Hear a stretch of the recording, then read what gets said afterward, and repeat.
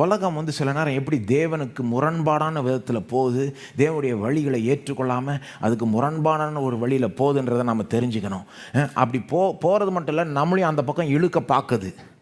நம்மை சுற்றி இருக்கிற உலகம் எல்லாரும் அதில் கெட்டவங்கன்னு ஒன்று சொல்ல, ஆனால் சில நேரம் உலகம் நமக்கு சொல்கிற காரியங்களும் நமக்கு காமிக்கிற காரியங்களும் நம்மளை இன்ஃப்ளூயன்ஸ் பண்ணுற விதமும் தேவனுடைய வழிகளுக்கு முரண்பாடாக இருக்கிறது. அதை நம்ம தெரிஞ்சுக்கணும். எப்படி வசனம் மூலமாக தான் தெரிஞ்சுக்க முடியும் அதெல்லாம்.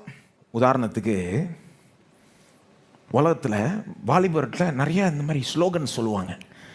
அதை வாலிபர்கள் பார்த்து அப்படியே மயங்கிடுவாங்க. ஃபாலோ யுவர் ஹார்ட் அப்படின்வாங்க.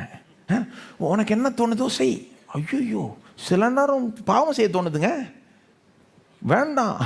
உனக்கு இருதயம் என்ன விரும்புதோ அதை செய். Whatever makes you feel good you do. டேஞ்சரான காரியங்கள் உலகம் அதை அப்படியே ஃபீட் பண்ணுது பாருங்கள் வாலிபர்கள்ட்ட. அவங்களும் அதை முழுங்கிக்கிறாங்க அப்படியே. அல்லது உலகம் பல காரியங்களை சொல்லும் பாருங்கள். உதாரணத்துக்கு தேவனுடைய வழி என்னது? திருமணம் செய்து சில சந்தோஷங்களை நாம் அனுபவிக்கணும். திருமணம் செய்து திருமண வாழ்க்கைக்குள்ளாக அந்த சில சந்தோஷங்களை நாம் அனுபவிக்கணும்னு அவரே விருப்பப்பட்டு தான் ஆதியில் மனுஷனை சிருஷ்டித்த தேவன் ஆணும் பெண்ணுமாக சிருஷ்டித்தார். திருமணம் கடவுளுடைய ஐடியா. திருமண வாழ்க்கையில் நமக்கு சில சந்தோஷங்கள் மற்றபடி கிடைக்காத சில சந்தோஷங்கள் இதில் விசேஷத்த விதத்தில் கிடைக்கணும்னு தேவன் விரும்பிட்டாருங்க. இப்போ என்ன பண்ணுறான் பாருங்கள் பிசாசு.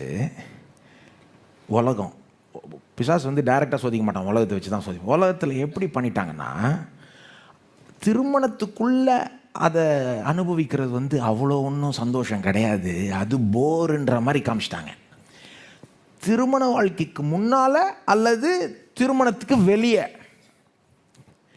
அனுபவிக்கிறதுல தான் அதுதான் ரொம்ப இன்பம். திரைப்படத்தில், புக்ஸில், மேகசின்ஸில் என்ன ஒரு பொய்யை புரட்டுதுன்னா உலகம், திருமணமானவங்க சரீர பிரகாரமாக இந்த மாதிரி இணையிறப்போ அதன் மூலமாக வர சந்தோஷம் அது போரு.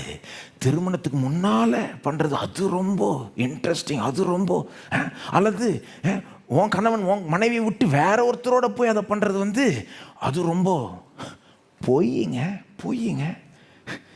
ஆக்சுவலாக திருமணத்துக்குள்ளே அப்படிப்பட்ட ஒரு நெருக்கத்தை அனுபவிக்கிறது தான் சந்தோஷம், பெரிய சந்தோஷம், தேவன் கொடுத்த சந்தோஷம்.